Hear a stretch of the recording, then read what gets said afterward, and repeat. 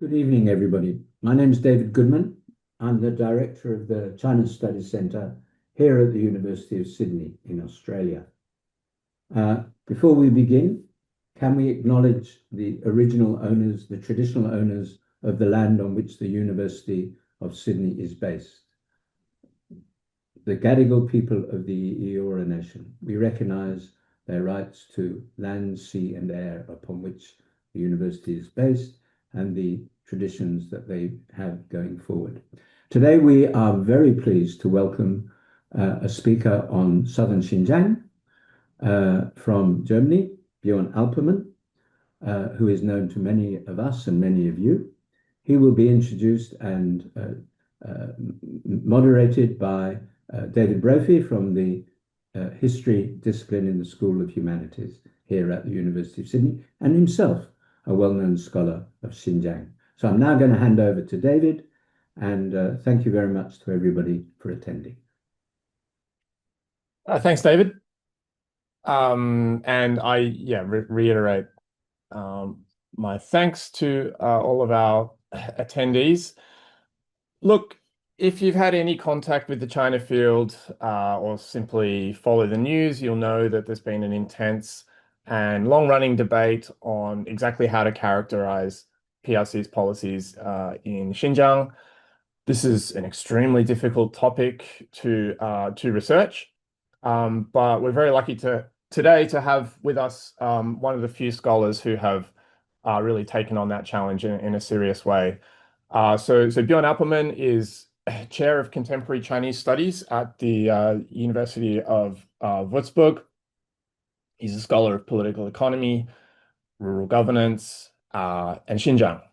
And a few of his, he has an extensive list of publications. His monographs, I'll just give you a few of them, gives you an indication of the breadth of his interests.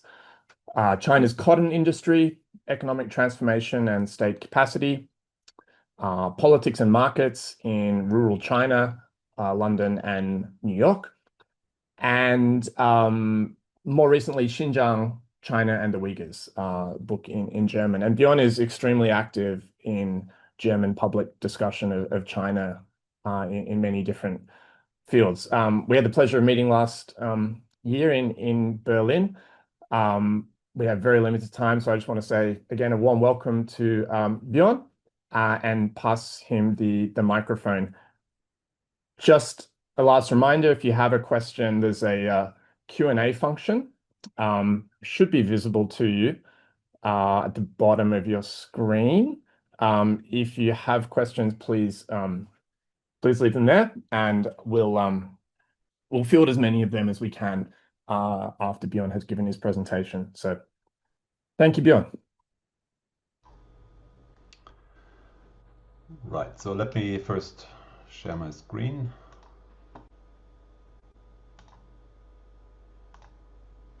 Okay, welcome everyone from my side. Thanks for joining. It's still early in the morning in Germany, but I take it that in Australia it's late afternoon. So you've all had a full day, and I hope that I can give you a good end of the working day with my presentation. I'm talking about remote ethnography of the bingtuan urbanization in southern Xinjiang. And what I want to do is basically roll two of our papers into one. Our means Vivian Market is a co-author of mine in this project. She's based at the University of Tübingen, also in Germany.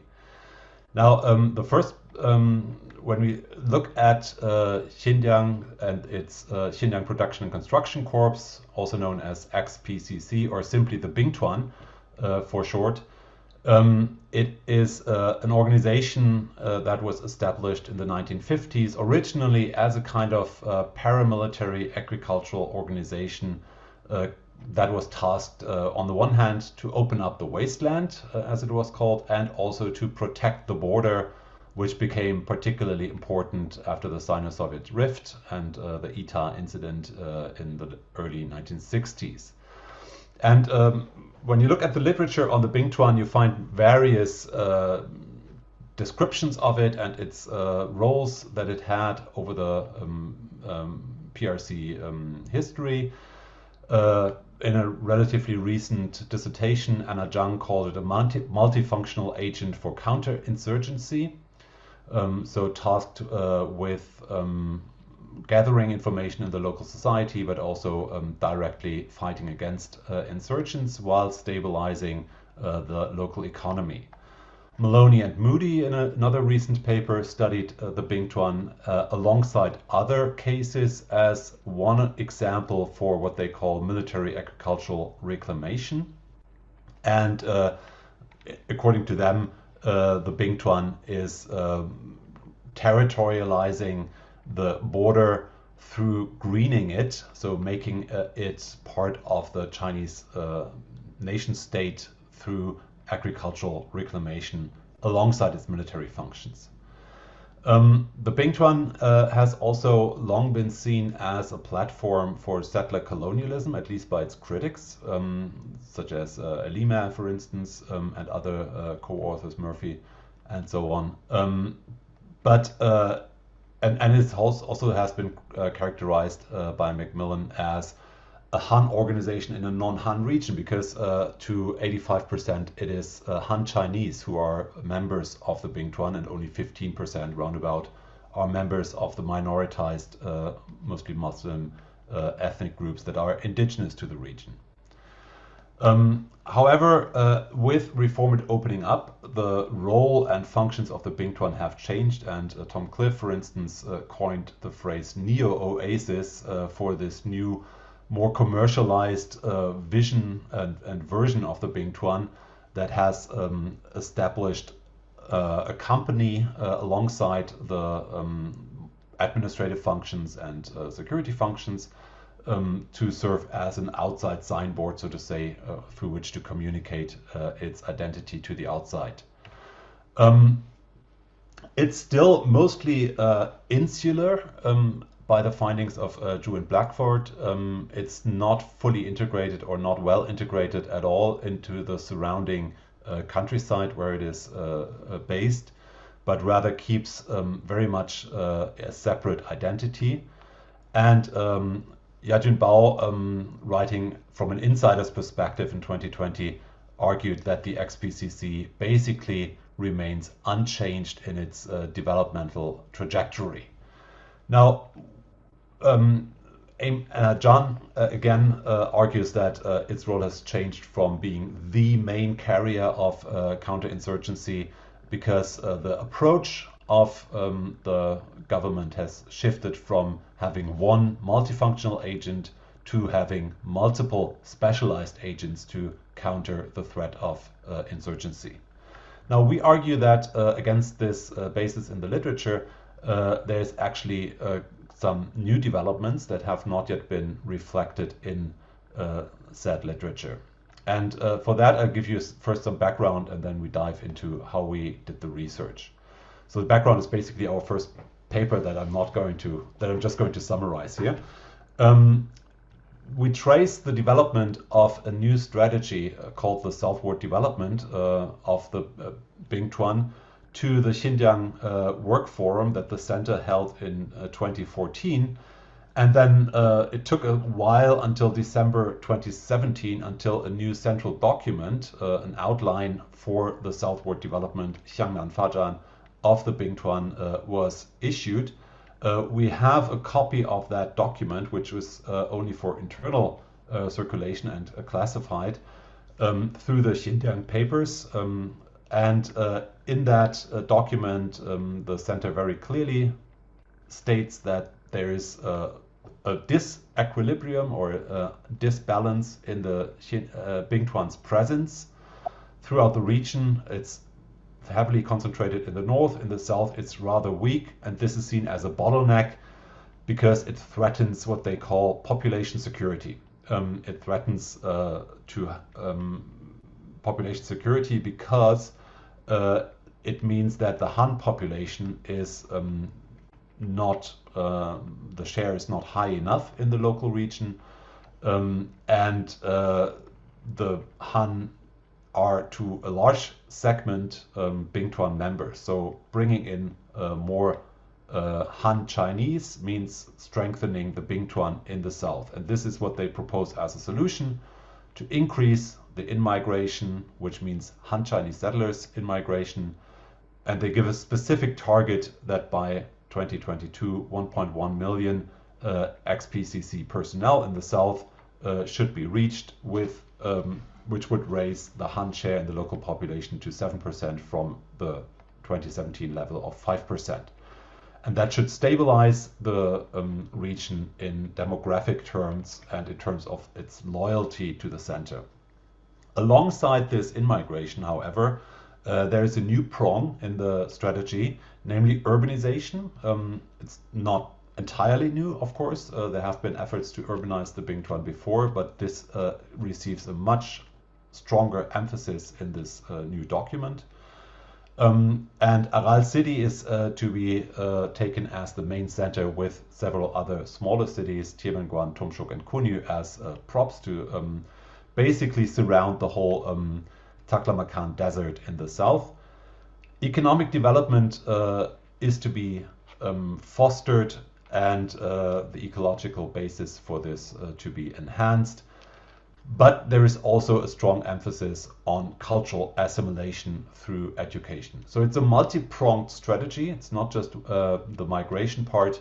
And we argue that for now in the literature, we have mostly seen attempts to describe this as what the Chinese would call population optimization, bringing in more Han Chinese, diluting the Uyghur population in the south, also by transferring out Uyghurs as labor transfer through labor transfers. But we argue that there is more to this, and this is what my presentation is mostly about. Now, how do we proceed? We did not have access as researchers to the region in recent years. This is why we came up with the attempt to do this remotely in a strategy or an approach that we called remote ethnography in our project. It's a methodological approach to study closed regions, closed in the sense that they are not accessible to proper fieldwork, long-term immersion as a proper ethnographic fieldwork would do. And it's ethnographic in the sense that we attempt to reconstruct the situation on the ground in a holistic manner, also including artificial immersion strategies. So in a sense, trying to get as close to the subject we study as possible through online means. And it uses very opportunistically all kinds of sources and resources that are available, which in our case includes Chinese policy documents, both official documents and leaked documents, official statistical materials, which of course always are to be taken with some skepticism, Chinese academic texts that often elaborate the policy documents and give you more context how to understand and read them.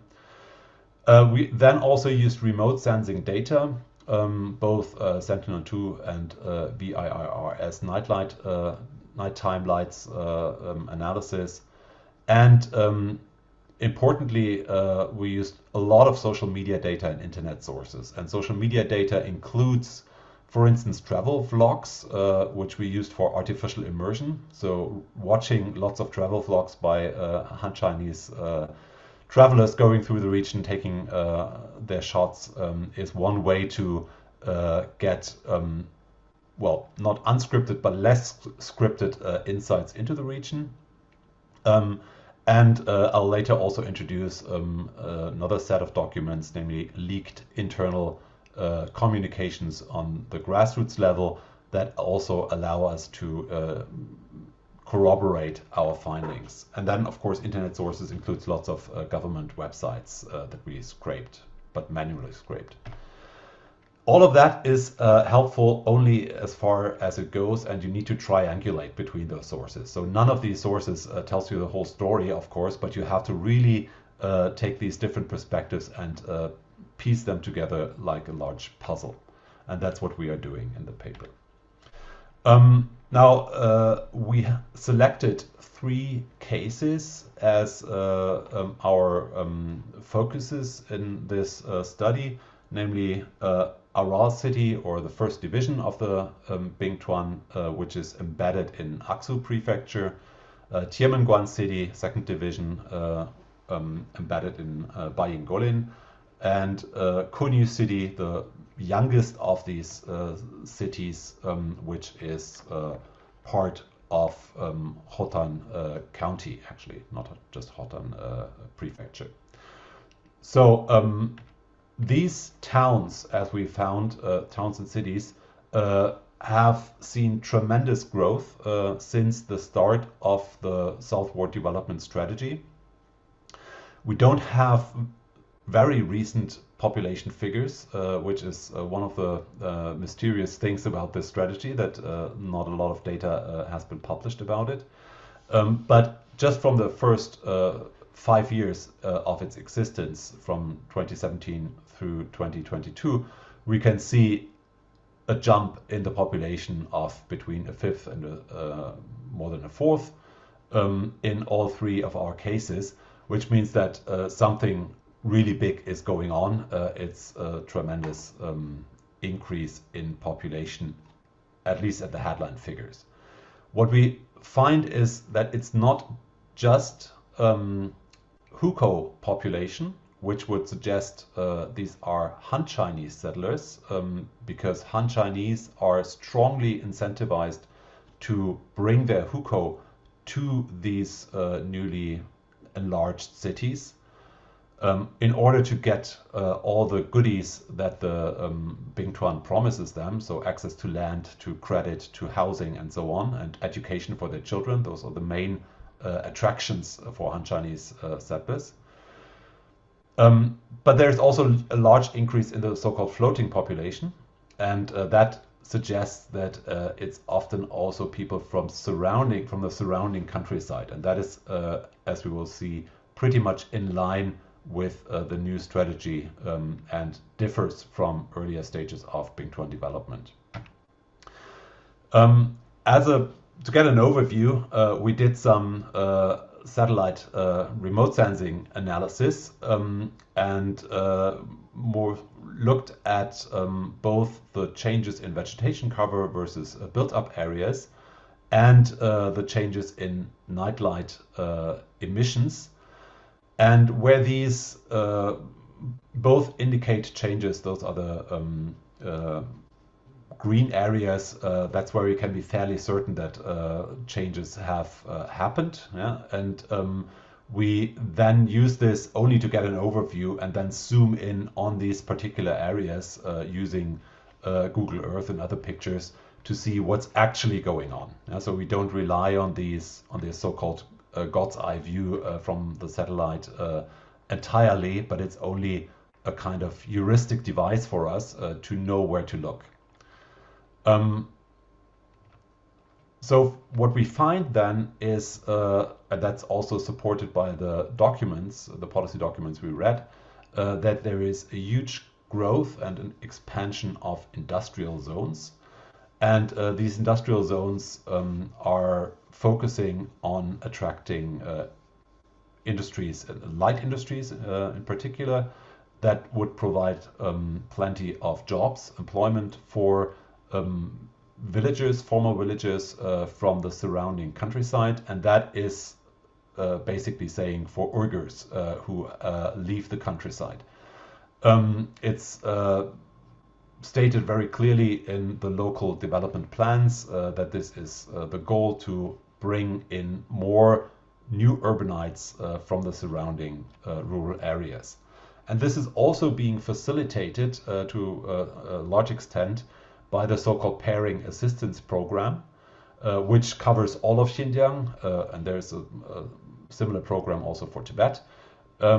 This Pairing Assistance Program brings together more developed regions in central and eastern China with less developed regions in western China. And those are the regions that are supposed to bring their companies and investors to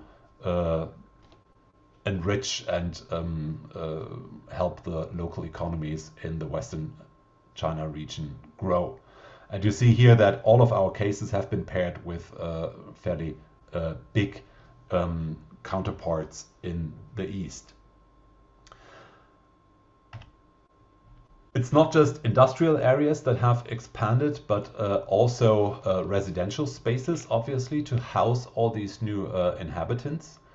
And it's also not just housing, but there is a large emphasis that these plans, as well as presentations of the governments in the internet, have on making these urban areas very attractive for new settlers. So it's not just the houses themselves, but also recreational facilities, sports facilities, parks in particular, which is also often commented on very actively by the vloggers, by the travelers who pass through the region. And we would argue that they are, with their emphasis on the bingtuan creating oasis amid the desert, that they are co-creating what Lee has called this discourse of sinification by greening. Yeah? So it's the bingtuan that is needed in order to develop the places. It's the bingtuan that makes them livable, because otherwise the environment is deemed hostile. And only through the Han Chinese presence and the bingtuan can these desert spaces be made habitable. So ecological construction is here used as an instrument in order to for re-territorialization and making this part of the nation state. It's beyond that, beyond those parks and housing and sports facilities and so on, there's often also new and what I would call flashy public buildings like gymnasiums, libraries, and also exhibition halls displaying the history of the bingtuan. In particular in Kunu, we found a good video material of that. And what we see here is that the bingtuan is inscribed on the region. It's only the official memories of the development going back to the Tunkan, the imperial era, military agricultural colonies. Those are the memories that are being preserved, whereas the Uyghur presence is completely sidelined and erased in these presentations. Now, how is this changing the lives of the people on the ground? And here we argue that we see a multidimensional displacement of the Uyghur local populations, starting with employment and labor relations. We've seen that the industrial zones are being expanded, and this is linked to transformations in the agricultural sector, because the laborers are recruited as so-called surplus labor from the surrounding areas. And through a model of what is called co-construction of companies, that is bingtuan companies, not firms, but in the military sense, companies, and villages, Lianzun Gongdian, the land is being taken over by the bingtuan, whereas local villagers are basically dispossessed. So the land transfers are a crucial means to render Uyghur villagers surplus labor in their own villages, so that they become mobile and will be employed in the newly built factories. There are plenty of arrangements that facilitate this labor transfer, such as employment to order or point-to-point transfers from specific vocational schools to specific companies and so on. And all of that has very recently now also been enshrined in the PRC law on ethnic unity and progress as a major instrument generating ethnic unity. The law was passed in the March session of the NPC and will come into effect July 1st this year. So this is what we see as displacement in the socioeconomic dimension. But also in the socio-cultural dimension, we see a lot of transformations.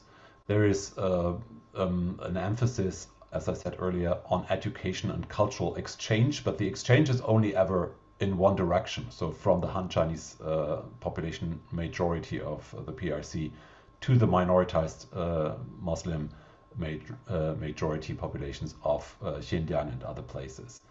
So what the bingtuan towns and cities do, they enroll students from the surrounding areas and also relocate students and teachers between both sides. So there's a much deeper embedding of the bingtuan, not just in economic terms, but also in this social cultural dimension into its surrounding countryside.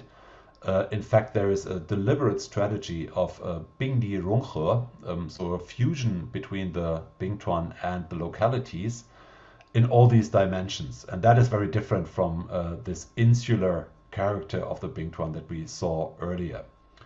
Among other things, of course, studying the national common language, which is Chinese, Mandarin Chinese, is now the standard and starts at ever earlier ages and expands even into the vacation period.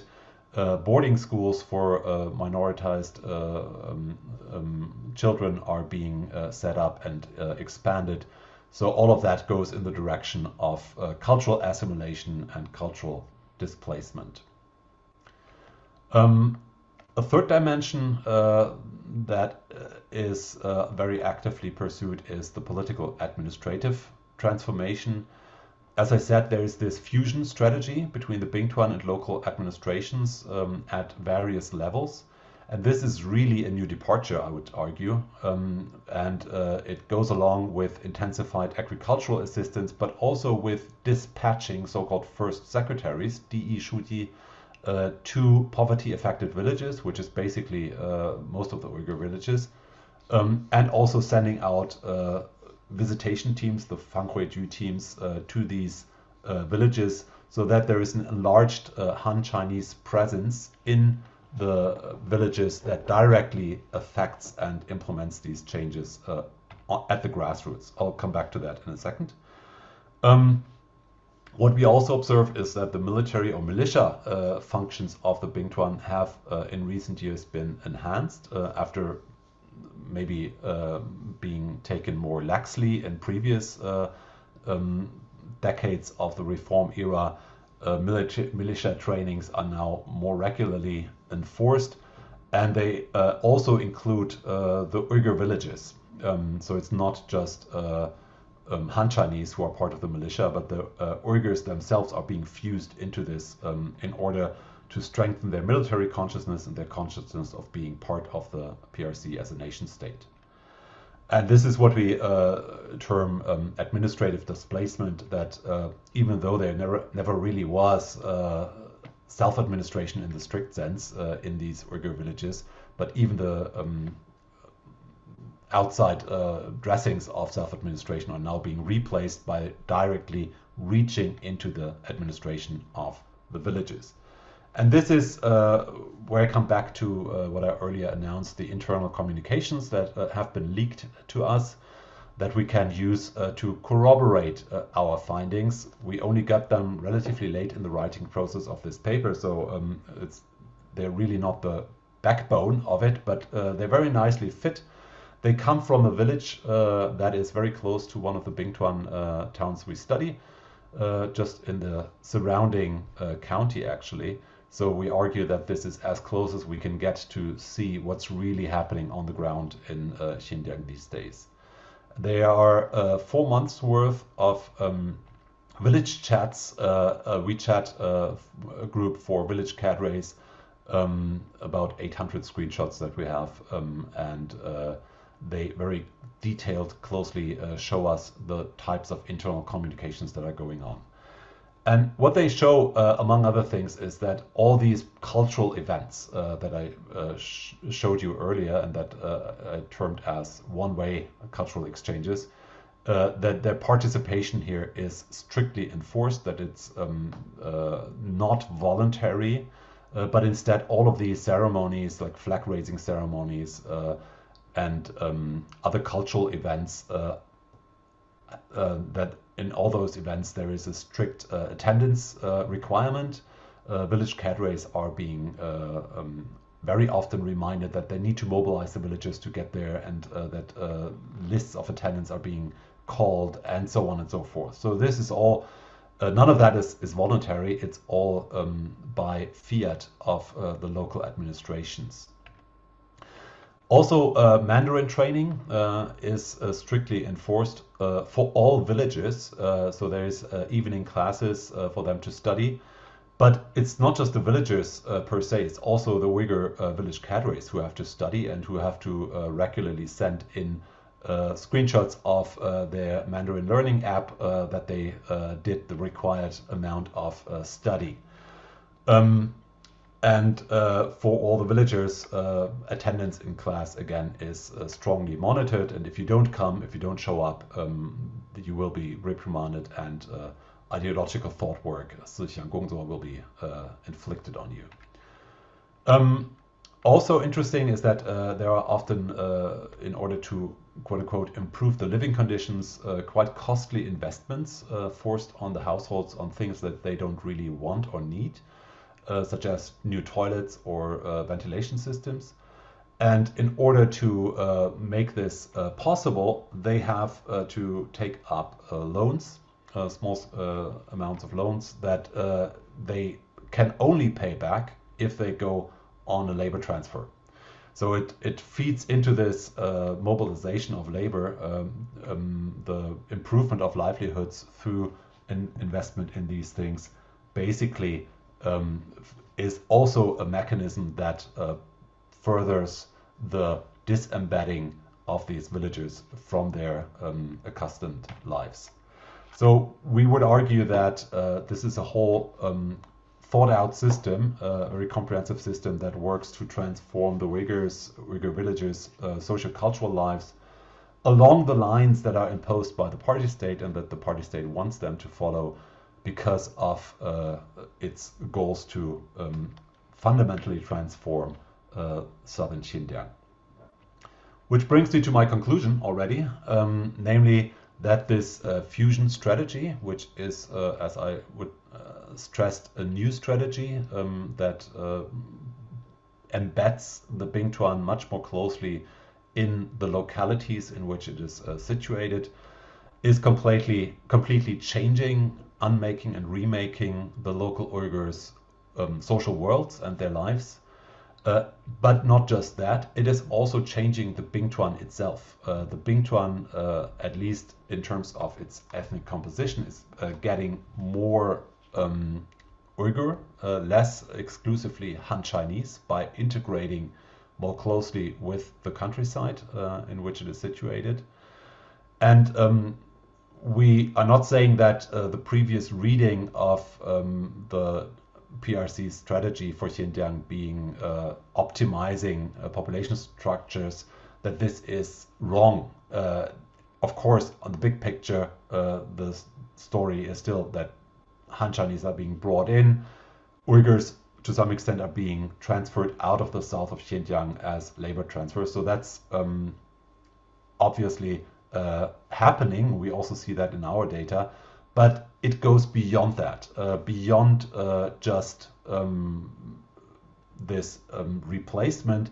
There is also the integration dimension, that the Uyghurs are being integrated into the bingtuan and the bingtuan integrated into the localities.